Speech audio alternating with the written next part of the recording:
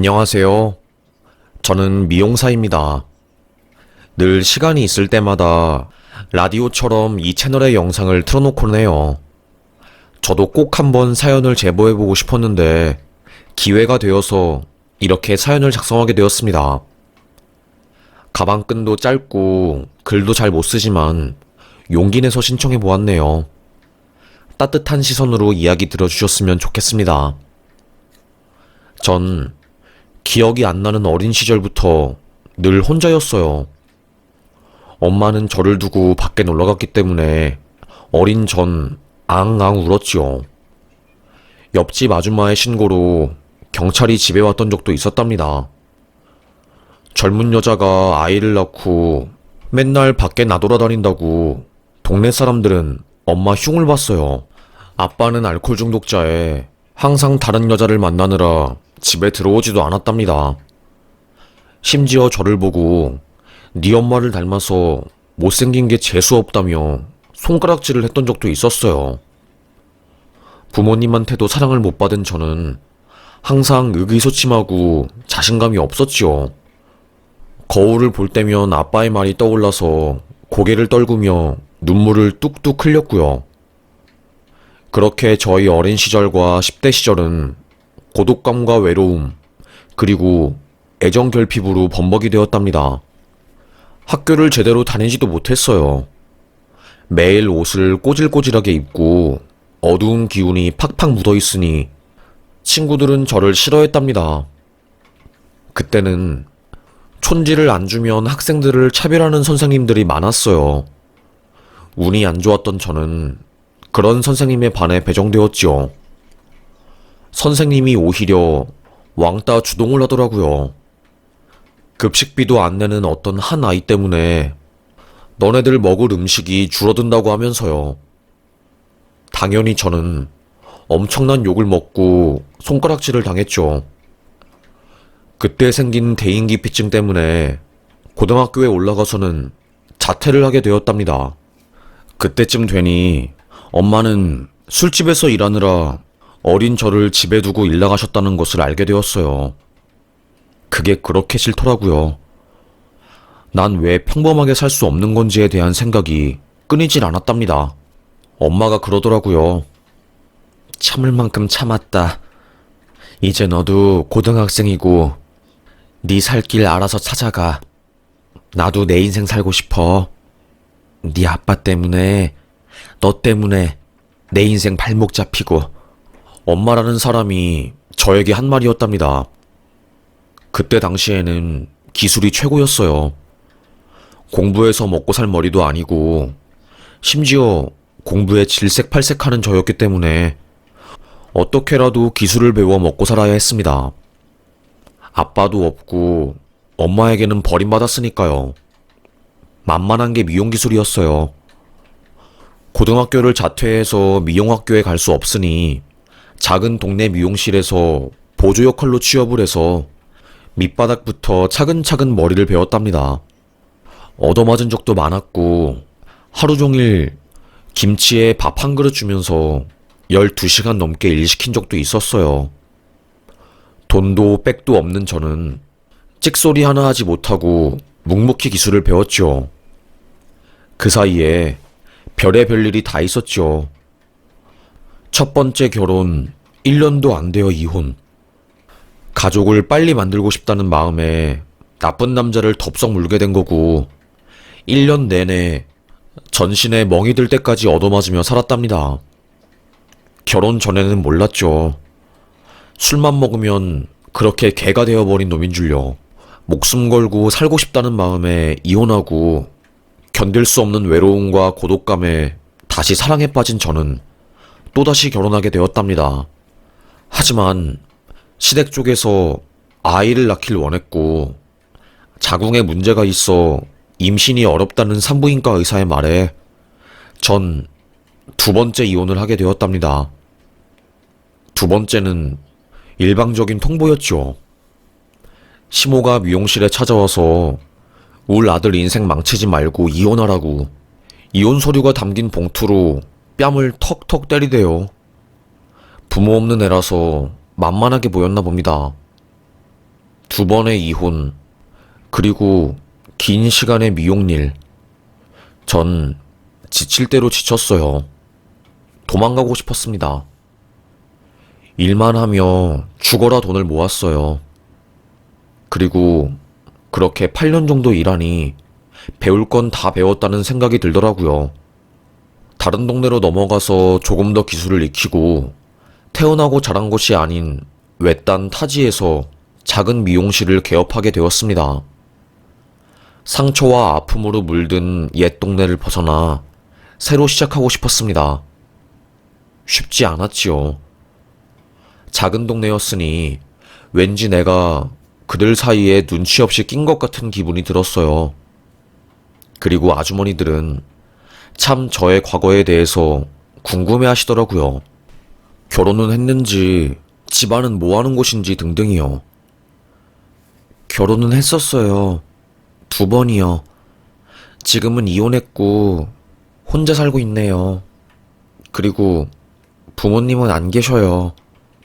엄마는 살아있으신데 연 끊어서 연락 안 한 지 지금 10년이 넘었네요. 솔직하게 마음을 털어놓으니 제 앞에서는 열심히 살았다고 힘들었겠다고 토닥여 주었습니다. 그런데 뒤에서는 소문이란 소문은 다 내셨더라고요. 한순간에 저는 해픈 여자가 되었고 남자를 밝혀 2번이나 이혼한 이상한 여자가 되었죠.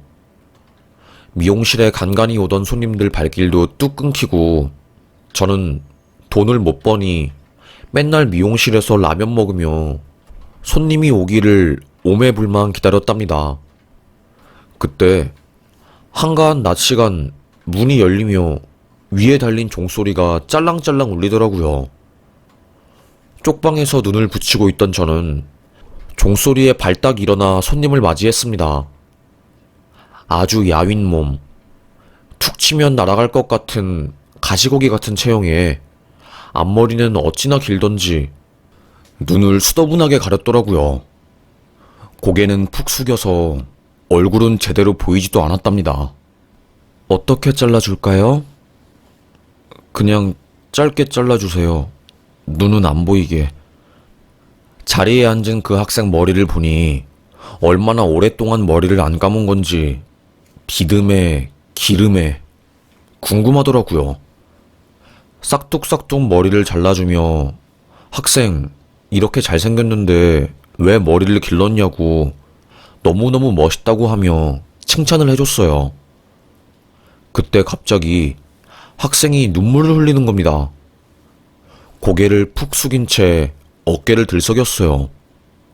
서러운 아이처럼 우는데 어찌할 바를 몰랐습니다. 무슨 일로 이렇게 마음앓이를 하는지는 모르겠지만 아줌마도 힘들게 살았기 때문에 그 마음 조금 이해할 수 있다고. 여기 미용실 손님도 안 오고 아줌마 혼자 있으니까 힘들 때마다 언제든지 놀러오라며 말해주었어요. 그날 미용값은 안 받았지요. 손에 잔뜩 샴푸랑 에센스랑 이것저것 챙겨주며 나중에 커서 갚으라고 했답니다. 그때 처음 알았죠. 나도 누군가를 도와줄 수 있는 사람이구나. 이상하게 기분이 조금 좋았답니다. 그리고 며칠 뒤 저녁 늦은 밤 황급하게 미용실을 들어오는 한 남자가 소파 뒤로 숨더라고요. 자세히 보니 그 학생이었습니다. 몇 분 뒤 뒤따라온 남자가 두리번거리며 애를 찾더라고요. 저는 쓱 의자로 그 학생을 숨겨줬습니다. 문을 잠근 뒤 학생의 말을 들어보니 가정폭력에 시달려 아빠를 피해 도망친 거라고 하더라고요. 학교에서는 왕따 당하고 그래서 그렇게 머리도 기르고 어둠의 자식처럼 살았던 겁니다. 학생은 그 이후로 미용실에 찾아와 몸을 숨기고 저는 학생을 보듬어줬어요. 밥도 같이 먹고 결국에는 그의 아빠한테 연락해 아이 괴롭히지 마시라고. 애가 집 들어가는 것을 무서워해 미용실에 있는데 내가 알아서 밥 먹일 테니까 때리지 말라고 하며 타협까지 했답니다. 그게 첫 번째 아이였어요. 잊지 못할 민혁이와 저의 만남이었지요. 그게 시작이 되어서 동네에 있는 가출 소년 소녀들과 왕따 당하는 아이들, 돈 없어서 밥 못 먹고 굶는 아이들이 저의 미용실에 찾아왔어요. 배고픈 아이들에게는 라면을 끓여주고 가정에서 폭력을 겪는 아이들에게는 아지트가 되어 주었지요. 다들 사연이 있는 애들이었어요. 제가 뭐라고 아무것도 아닌 내가 라면 끓여주고 미용실을 내준 것뿐인데 애들이 고맙다고 인사를 전하고 살 것 같다고 마음을 표현하니 우울했던 제 삶도 조금씩 좋아졌습니다. 저를 미워하던 동네 아주머니들도 저에게 마음을 열었어요. 미용실도 안 되는데 왜 그렇게 애들을 받아줘? 걔네들 질 안 좋아. 그러게요. 저 같은 어른이 한 명쯤 있어야 그 애들도 살아갈 수 있는 희망이 있을 것 같아서 괜한 오지랖해 하는 일인데 오히려 제가 행복하네요. 에휴. 제 앞에선 절 한심하다는 눈빛과 세상 물정 잘 모르는 아이 취급하던 아주머니들도 결국 저의 고집과 행동을 이해해 주셨어요. 이따금씩 미용실에 라면이나 음식들을 사주고 가셨으니까요. 어떤 분은 돈 든 봉투도 턱 하고 주고 가셨답니다.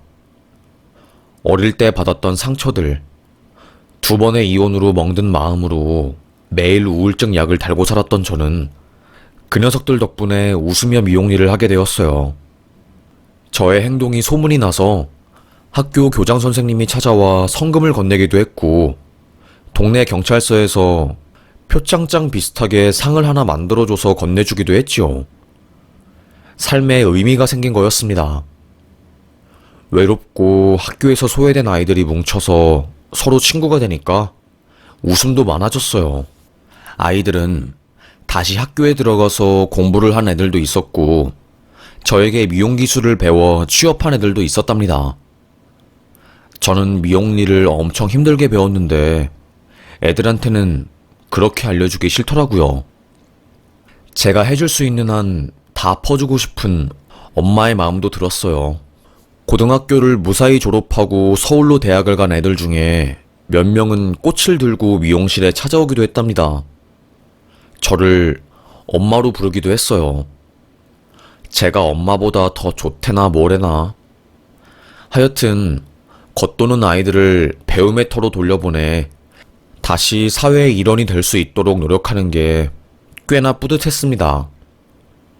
미용실에서 북적북적 몸을 기대며 동고동락하듯이 살아가던 애들은 다 커서 미용실을 떠났고 썰렁하게 남은 동네를 지키며 미용 일을 하고 있었습니다. 그 동네가 하나둘씩 개발이 되면서 기존에 있던 건물이 허물어지고 새로 올리고 난리도 아니었어요. 아파트도 큰 게 들어오면서 동네 학군도 달라지니 애들이 더 이상 제가 운영하는 낡은 미용실에 오지 않더라고요. 그러던 도중에 건물 주인이 이번에 가게 재계약은 못할 것 같아요.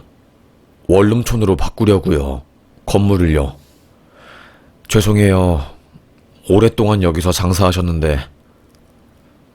저는 또다시 다른 지역으로 미용실을 옮겨야 했어요. 하지만 쉽지 않더라고요. 임대료도 많이 오르고 월세도 엄청나게 비쌌으니까요. 그러다가 서울 변두리에 있는 곳에 권리금 없는 가게가 있는 겁니다. 여기가 재개발을 싹 다 해서 일대 집값이랑 상가값이 엄청 올랐어요. 그런데 요 앞 빨간색 건물이 유일하게 재개발을 안 했거든요. 건물주 할아버지가 건물에 대한 애착이 있으셔서. 그러다가 할아버지 돌아가시고 아들이 건물 물려받으면서 2년 뒤에 재개발하는 걸로 이야기가 끝났답니다. 그래서 새로운 상가들이 못 들어오고 기존에 있는 가게만 운영하면서 1층 자리가 권리금이 없는 거예요. 권리금이 없다는 말이 저에게 꽤 장점으로 다가왔고 그 가게에 계약을 했습니다. 저희 미용실 빼고 근처에 있는 미용실이 전부 다 브랜드 미용실, 박준 미용실, 준해요 미용실 등등 끝발 날리는 곳들이었어요. 당연히 경쟁력 떨어지고 그야말로 하루 벌어 하루 먹고 사는 수준이었습니다. 할머니, 할아버지 두세 분이 방문하는 게 전부였으니까요.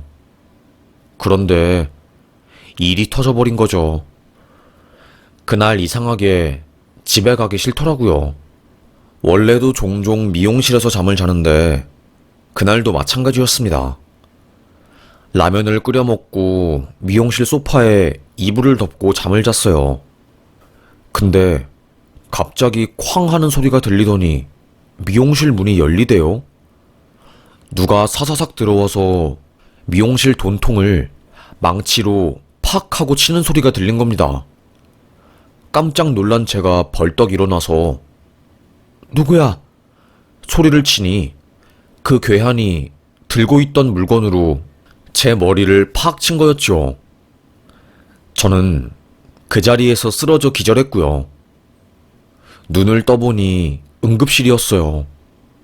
머리를 세게 맞아서 피를 흘린 저는 미용실 바닥에 쓰러져 있었고 새벽 5시에 미용실 문이 열린 것을 이상하게 본 환경미화원 아저씨가 내부를 들여다보다가 제가 쓰러진 걸 발견했고 바로 경찰서에 신고한 거였죠. 다행히 생명에는 지장이 없는 상태였지만 넘어지면서 미용실 기구에 부딪혀 피가 난 상황이라 바늘로 머리를 꿰매고 절대 안정이 필요했지요. 출혈이 심했다고 하더라고요. 조금만 더 늦었으면 피를 많이 흘려서 위험했을 수도 있었다면서요. 내 팔자도 기구하지. 어떻게 이런 일이 생기냐? 아휴. 안 그래도 먹고 살기 힘든데 괴한한테 머리를 얻어맞으니 처지가 비참했습니다. 일반 병실로 옮겨져 천장을 바라보며 누워있을 때 갑자기 누가 찾아왔더라고요.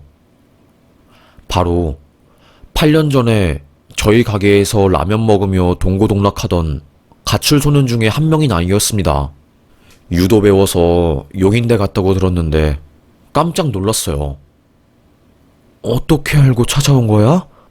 아주머니, 아유 참, 저 경찰 냈잖아요. 용인대 들어갔다가 시험 봐서 경찰 공무원으로 되어서 구로동에서 근무하고 있었는데 새벽에 강도치상 사건 접수돼서 가봤더니 아줌마가 있어서 얼마나 놀란지 몰라요. 행복동에서는 더 이상 미용실 안 하고 여기 구로로 옮긴 거예요? 제가 거두어 주었던 그 녀석이 경찰이 되었고 우연으로 만나게 된 거였죠. 그 녀석은 걱정 말라고 아줌마 그렇게 만든 놈 내가 잡는다고 앞으로 내가 지킬 거라고 어깨를 피며 큰 소리를 내더군요. 며칠 후 급격하게 표정이 어두워진 채로 병문안을 온 녀석이 저에게 아줌마 민혁이 기억나요? 그 아줌마 첫 손님이라고 했던 맨날 눈도 안 보이게 머리 길렀던 그 녀석이 아줌마한테 그 짓 한 거였어요. 뭐라고? 저를 그렇게 만든 강도놈이 바로 민혁이었단 겁니다. 민혁이는 공고에서 기술을 배우고 학교에 다시 적응을 잘해서 졸업까지 하고 고졸 취업을 바로 한 걸로 알고 있었거든요. 그런데 그 녀석이 전력공사 하청일을 받아서 일하다가 큰 사고를 당했더랍니다. 사고로 인해서 8개월간 입원하고 퇴원했지만 남은 것은 잘린 회사, 책임을 회피하는 관계자들, 남겨진 병원빚들 뿐이었다고 하더라고요. 일용직을 하면서 살려고 해도 전기 감전으로 화상 입은 왼쪽 팔 통증 때문에 일을 못하는 상황이니 빚으로 인한 이자만 눈덩이처럼 불어나고 사회생활도 못하니까 골방에서 맨날 소주만 마시며 살았던 것 같더라고요. 그래서 민혁이 그 녀석이 배가 너무 고프니까 가게라도 털어서 라면 사 먹으려고 동네에 있는 가장 허름한 아주머니 미용실을 털었던 거예요. 그게 공교롭게 아줌마 미용실이었던 거고, 민혁이 그놈이 어릴 때 미용실에서 허기 채웠던 기억 때문에 동네 미용실에 도둑질하러 들어간 건데, 안에 사람이 있으니까 지도 깜짝 놀라서 손에 있는 거 휘두르고 도망친 거고요. 며칠 뒤 민혁이 그 녀석이 제 앞에 나타났습니다. 무릎 꿇고 대성통곡하며 죄송하다고 울더라고요. 그리고는 자기 죽여달라고, 자기는 살 가치가 없다고, 이미 망한 인생이고 열심히 살아봤자 현실은 냉담하다고, 나 같은 건 죽어야 한다며 난리를 쳤습니다. 병원 사람들이 와서 민혁이를 잡아갔어요. 형사에게 전화해서 고소를 하고 싶지 않다, 가해자를 용서하고 싶다고 말했습니다. 하지만 강도는 반의사 불벌죄에 포함되지 않기 때문에 피해자가 가해자를 용서하더라도 형사처벌을 받게 돼 있다고 하더라고요. 결국 이 사건은 검찰로 넘어가서 기소가 되었고, 불행인지 다행인지 모르겠지만 징역형의 집행유예가 나왔어요. 아무래도 제가 다쳤으니 징역형은 피할 수가 없더라고요. 저는 괜찮았는데 민혁이가 걱정이었습니다. 먹고 사는 것도 힘든데 징역형을 받았으니까요. 그때 제 사건 담당 경찰이었던 상철이가 미용실에서 동고동락하던 친구들에게 어렵사리 연락을 했나봐요. 너네들 민혁이 기억나냐고, 엄청 힘들게 살고 있다고 하면서요. 라면 사 먹을 돈 없어 강도짓 하다가 이번에 걸렸는데 예정이 있으니 도와주자고 하면서 열댓 명 되는 아이들이 다 모인 겁니다. 제가 운영하는 미용실에서요. 깜짝 놀랐어요. 처음 퇴원하고 미용실에 갔는데 애들이 다 모여 있더라고요. 우렁찬 목소리로 아주머니 하면서 달려오는데, 세상에 아주 든든한 아들 10명이 생긴 것 같은 기분이었습니다. 알코올 중독자 아버지 밑에서 자란 수찬이는 고등학교 자퇴하고 맨날 게임만 하더니 정신 차리고 공부해서 대학에 들어가 법원 공무원이 되었고, 다른 아이들도 멋진 성인으로 자랐더라고요. 변호사가 된 아이도 있었고, 글쎄 영특해 보였지만 왕따로 기죽어서 매일 손목을 그은 변수는 서울대에 갔더랍니다. 그 아이들이 모두 모여서 아줌마랑 민혁이를 돕겠다고 입을 모으니 어찌나 고맙던지요. 민혁이 그 녀석 고등학교 이후로 못 봤는데 잘 살고 있는 줄 알았는데 이렇게 힘들게 살고 있는 걸 알았다면 바로 저희 모였을 거예요. 맞아요. 저희 미용실에서 다 같은 처지에 라면 먹으면서 버텼잖아요. 민혁이 녀석이 우리 잘 챙겨주기도 했고요. 이제는 우리가 도와줘야죠. 아이들은 십시일반 돈을 모아서 고시원에서 진통제를 먹으며 팔통증을 견뎌내는 녀석에게 건넸습니다. 약 사 먹을 돈도 없어서 어금니가 금갈 정도로 이를 깍 깨물고 견뎠더라고요. 장애자 등록을 하고 싶은데도 불구하고 미묘하게 기준이 안 맞아서 장애자 등록도 못하고 팔 한쪽을 거의 못 쓰다시피 살고, 화상으로 인해서 신경계 교란이 와 간헐적으로 엄청난 고통이 밀려와 경제적 활동을 제대로 할 수도 없었습니다. 변호사가 된 아이는 자기가 사회복지 쪽으로 알아볼 수 있는 게 있으면 알아보겠다고 나서더라고요. 다행히 변호사인 석철이가 나서서 민혁이 직업상 재해 신청 형 민사소송을 대리 진행해 주었고요. 유명 로펌에서 일하는 변호사가 사건을 맡으니 그쪽 회사에서도 부랴부랴 보상금을 마련하고 협의 요청이 왔답니다. 하지만 절대로 협의 안 할 거고 민사까지 끝까지 가서 억울함을 덜어줄 거라고 배짱을 내미니 거기서도 꼬리를 내리더라고요. 책임자 사퇴하고 새로 안전관리 요원 뽑았다고 하면서요. 돈 없고 백 없어 당하기만 했던 민혁이도 억울한 마음을 달랠 수 있었습니다. 그리고 나머지 아이들은 돈을 100만 원씩 걷어서 보증금 1000만 원짜리 원룸을 마련해 주었어요. 냉장고 작은 거 사서 반찬을 꽉 채워놔 주었고요. 교대로 일주일마다 함께 같이 병원에 가서 진통주사 맞을 순번도 정했고요. 화상 입은 곳에 진통주사를 맞으면 그렇게 아프대요. 혼자 가서 버티기에는 너무나도 힘든 과정이라 늘 혼자 오는 민혁이에게 의사도 놀라움을 표했다는데 이제는 혼자 가지 않아도 되니 참 다행이었답니다. 말수도 없고 사람들 앞에서 감정 표현을 잘 안 하던 민혁이도 미용실에서 동고동락하던 애 친구들이 10년 만에 모여 도와준 사실을 알게 되어 펑펑 울더라고요. 저에게 처음 와서 머리를 잘랐을 때 그때 울었던 것처럼 어린아이같이 서럽게 울었습니다. 묘인대 유도학과 나온 아이가 그 큰 덩치로 우는 녀석을 꼭 안아주고 그러다가 본인도 펑펑 눈물을 흘리더라고요. 야, 우리 다 사는 거 힘들잖아. 여기서 맘 편하게 떵떵거리면서 사는 놈이 어딨냐? 너 자존심 상한다고 생각하지 말고 편하게 우리한테 도움 요청해. 이러면서 사는 거지. 왜 그동안 이렇게 힘들게 사는데 말도 안 하고 그랬어.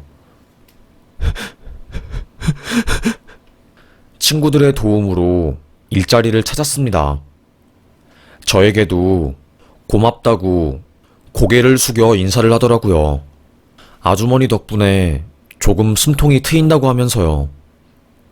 전 나중에 힘든 일이 있으면 혼자서 해결하려고 하지 말고 이제는 주변 사람들에게 도움 요청하라며 조언을 해주었습니다.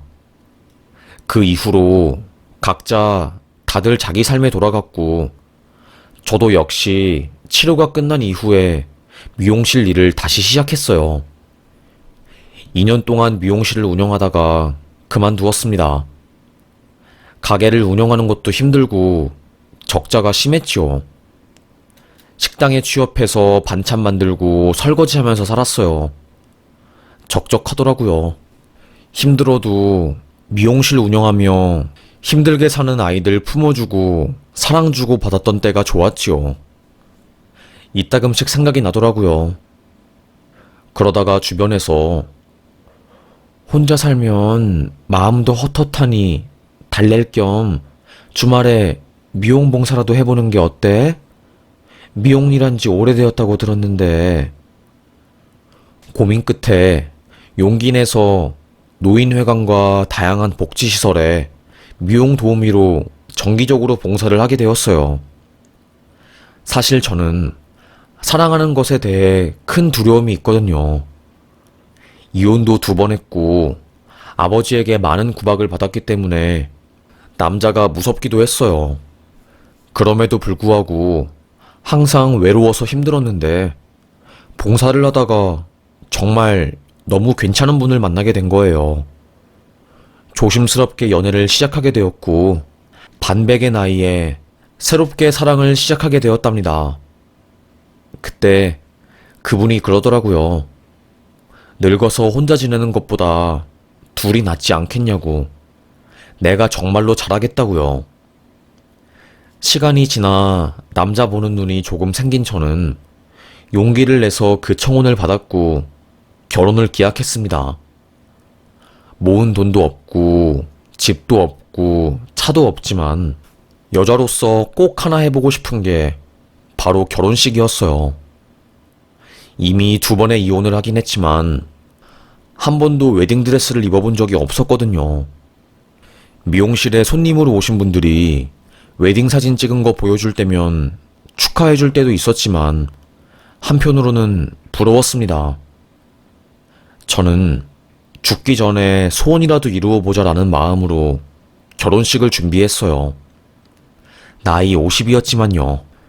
제일 걱정 중에 하나가 그동안 일만 하면서 살아오느라 친하게 지낸 친구도 없고 자영업을 하면서 살아온 인생이라 동료도 없었거든요. 하객석을 누가 채워줄까 고민이 이만저만이 아니었습니다. 그렇다고 하객 아르바이트를 쓰자니 돈도 장난이 아니고 결국 저는 텅 빈 하객석을 감안한 채로 가장 작은 예식장호를 예약했어요. 뭐 어차피 예산도 부족했고요. 그 아이들에게 아줌마 결혼한다고 시간 되면 놀러 오라고 말은 해두었습니다. 하지만 애들이 다들 바쁜 건지 못 온다고 하더라고요. 섭섭하긴 했지만 뭐 그럴 수 있지 라고 넘겼지요. 나이 50에 청승맞게 너무 오버하는 거 아닌가 싶었지만 드레스 입고 이쁘게 차려입으니 기분이 너무 좋더군요. 그런데 아무도 안 올 줄 알았던 결혼식이 북적북적거리는 겁니다. 그리고 제 이름으로 화환이 글쎄 40개가 넘게 왔어요. 너무 많은 화환 때문에 옆에 있는 결혼식장까지 제 화환으로 꽉 찼지요. 식장 관계자가 신부님이 어떤 일 하냐고 물어볼 정도였답니다. 이상하다. 나 친구 없는데 누가 보내준 거지? 웨딩드레스를 입고 식장 안으로 걸어갈 때 양복을 멋있게 차려입은 아이들이 보이는 겁니다. 좋기 20명은 넘어 보였어요. 알고 보니 미용실에 한 번이라도 들러서 라면을 먹거나 저의 도움을 받았던 녀석들이 서로 연락을 해서 저의 결혼식에, 황혼 결혼식에 총동원을 했던 거였어요. 물론 민혁이도 있었고요. 직장 다니면서 여자친구 사귀었던 건지 옆에 이쁜 아가씨를 데리고 왔더라고요. 그리고 아이들이 친구들을 데리고 와서 식장이 꽉 찼더라고요. 하객석이 텅텅 비었을까봐 제가 걱정하는 것을 미리 눈치챈 건지 서로 연락해서 다 뭉쳐왔던데 그걸 본 저는 얼마나 눈물이 났는지 말도 못해요. 그리고 지네들끼리 깜짝 이벤트를 준비했더라고요. 뭐 축가도 없는 단촐한 결혼식으로 하려고 했는데 갑자기 하객석에서 아이들이 뛰쳐나오는 겁니다. 무대 가운데로 오더니 노래를 부르더라고요. 세상에서 버림받은 우리를 마음으로 품어주셔서 감사합니다. 마음으로 낳은 자식들, 우리들이 이렇게 커서 아주머니의 결혼식에 와서 노래를 부를 수 있게 되었어요. 미용실 아주머니의 따뜻한 사랑이 없었다면 우리도 지금 이 자리에 없었을 겁니다. 민혁이의 첫 마디가 끝난 순간 양복 자켓을 벗으며 합창을 하는데 너무너무 감동이었습니다. 알고 보니 그 아이들이 저 몰래 저희 남편에게 연락을 해서 전부 다 준비를 한 모양이었더라고요. 세상에, 이렇게나 큰 사랑을 받을 줄 꿈에도 몰랐습니다. 언제 이런 걸 다 준비했어? 내가 이런 걸 받을 자격이 있는지 모르겠는데. 아주머니 덕분에 저희가 미용실에서 안전하게 청소년기 시절을 보낼 수 있었어요. 담임 선생님도 우리를 무시하고 어떤 어른들도 우리의 말을 들어주지 않았는데 아주머니가 유일하게 우리 곁에 있었잖아요. 얘들아. 호텔 결혼식, 재벌가들의 결혼식, 멋진 사자들의 만남 등등 그 어떤 것도 부럽지 않았습니다. 저는 그 순간만큼은 세상에서 가장 행복한 여자였어요. 그동안 힘들게 살아온 나날들이 주마등처럼 스쳐 지나가면서 힘들어도 버티길 잘했다 생각이 들더군요. 미용사로 살아오며 무시받고 동네에서조차 해픈 여자라며 손가락질 당할 때 아이들 때문에 버틸 수 있었거든요. 사람들은 너무 분수도 없이 퍼준다며 욕했지만 저는 받은 게 훨씬 많았답니다. 덕분에 썰렁한 결혼식이 사람들로 꽉 차서 행복하게 보낼 수 있었고요. 죽기 전에 웨딩드레스 꼭 한번 입고 싶었는데 이렇게 근사하게 입게 될 줄이야. 남편은 이게 다 제 복이라고 하는데 얼떨떨하네요. 그리고 얼마 전에 좋은 일이 생겼답니다. 주택 청약 당첨되어서 18평 작은 아파트를 저희 부부 명의로 계약했어요. 50평생 집 없는 사람 서러움 잔뜩 느끼면서 살아왔는데 이제 조금씩 제 인생이 풀리기 시작하네요. 말년에 이렇게 인생이 풀릴 줄은 몰랐습니다. 지금도 주말에는 봉사하고 평일에는 일하면서 살고 있어요. 사람들이 무서워서 도망쳤던 어린 날들, 그 두려움을 극복하고 세상에 다가가 손을 뻗으니 세상이 제 손을 잡아주었답니다.